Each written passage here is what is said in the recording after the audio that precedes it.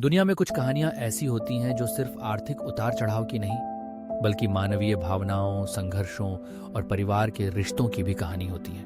आज हम बात करेंगे भारत के सबसे अमीर भाइयों मुकेश और अनिल अंबानी की। एक समय था जब इनकी संपत्ति का आंकड़ा 45 बिलियन डॉलर तक पहुंच गया था, लेकिन आज की तारीख में अनिल अंबानी की नेटवर्थ शून्य के करीब है। यह कहानी सिर्फ पैसे की नहीं, बल्कि भाईचारे, प्रतिस्पर्धा और परिवार के बिखराव की है।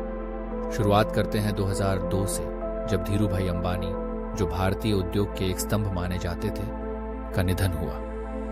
उनके जाने के बाद उनके दोनों बेटों के बीच संपत्ति और व्यवसाय को लेकर मतभेद उभरे। धीरूभाई ने अपने बेटों को एक साथ काम करने की शिक्षा दी थी, लेकिन उनके निधन के बाद यह शिक्षा एक चुनौती बन गई। मुकेश और अनिल ने अपने अपने रास्ते चुने। मुकेश ने रिलायंस इंडस्ट्रीज को संभाला, जबकि अनिल ने रिलायंस एंटरटेनमेंट, टेलीकॉम और पावर सेक्टर में अपने कदम बढ़ाए। यहां से शुरू होती है एक अद्भुत यात्रा, जिसमें दोनों भाइयों ने अपने अपने क्षेत्रों में सफलता की ऊंचाइयों को छुआ। मुकेश ने रिलायंस जियो को लॉन्च किया, जिसने भारत के टेलीकॉम बाजार में क्रांति ला दी। जियो ने डेटा की कीमतें गिरा दी और लोगों को इंटरनेट का उपयोग करने का एक नया अनुभव दिया। दूसरी ओर अनिल ने अपने व्यवसायों में कई उतार चढ़ाव देखे। उनकी कंपनियों ने कई बार दिवालियापन का सामना किया, लेकिन अनिल ने हार नहीं मानी। लेकिन जैसे जैसे समय बीतता गया, अनिल की कंपनियों की वित्तीय स्थिति बिगड़ने लगी। उन्होंने कई बार कर्ज लिया, लेकिन यह कर्ज चुकाने में असफल रहे। उनकी कंपनियों का मूल्य घटता गया और अंततः अनिल की नेटवर्थ शून्य के करीब पहुंच गई। यह एक ऐसा क्षण था जब लोग सोचने लगे कि क्या एक सफल व्यवसायी की पहचान केवल उसके धन में होती है। दूसरी तरफ मुकेश ने अपनी संपत्ति को बढ़ाते हुए भारत के सबसे अमीर व्यक्तियों में से एक बन गए। यह देखकर यह सवाल उठता है कि क्या सिर्फ व्यावसायिक कौशल से ही सफलता हासिल होती है, या फिर परिवार का सहयोग, सही समय पर सही निर्णय लेना और कुछ हद तक किस्मत भी मायने रखती है।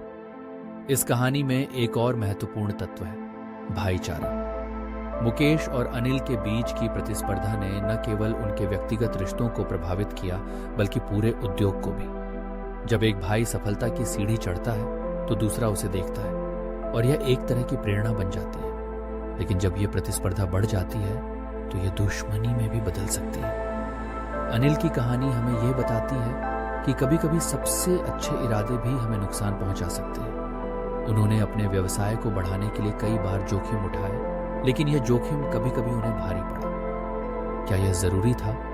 क्या उन्हें अपने भाई के साथ मिलकर काम करना नहीं चाहिए था? ये सवाल हमेशा उठते रहेंगे। इसके विपरीत मुकेश ने अपने व्यवसाय को एक स्थिरता दी। उन्होंने अपने पिता की विरासत को आगे बढ़ाया और रिलायंस को एक नई ऊंचाई पर पहुंचाया। लेकिन क्या यह सब कुछ है? क्या मुकेश ने अपने भाई के प्रति जो दूरी बनाई, उसका कोई असर नहीं पड़ा? क्या पैसे और सफलता के पीछे भाईचारे का कोई मूल्य नहीं रह गया? इस कहानी में एक और महत्वपूर्ण मोड़ तब आया जब अनिल ने अपने कर्ज को चुकाने के लिए अपने कुछ व्यवसायों को बेचना शुरू किया। उन्होंने अपने टेलीकॉम व्यवसाय को बेचने की कोशिश की, लेकिन यह प्रक्रिया आसान नहीं थी। इस संघर्ष ने उन्हें और भी कमजोर बना दिया।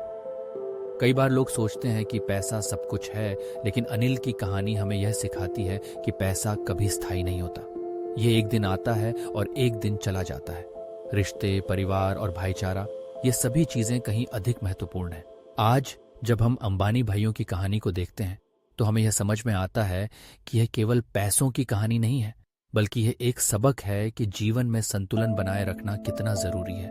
कभी कभी हमें अपने करीबी लोगों के साथ रिश्तों को प्राथमिकता देनी चाहिए, बजाय इसके कि हम केवल धन और संपत्ति की दौड़ में भाग लें। इस कहानी से हमें यह भी पता चलता है कि जीवन में उतार चढ़ाव आते हैं और हमें उनके साथ जीना सीखना चाहिए। मुकेश और अनिल की कहानी हमें यह सिखाती है कि असफलता से डरना नहीं चाहिए, बल्कि उसे एक अवसर के रूप में देखना चाहिए। इसलिए जब आप अगली बार अंबानी भाइयों के बारे में सोचें, तो केवल उनकी संपत्ति के बारे में न सोचें। उनके संघर्ष, उनके रिश्ते और उनके द्वारा सीखे गए सबक को भी याद रखें। यह कहानी केवल धन की नहीं, बल्कि मानवीय मूल्यों, परिवार और भाईचारे की है।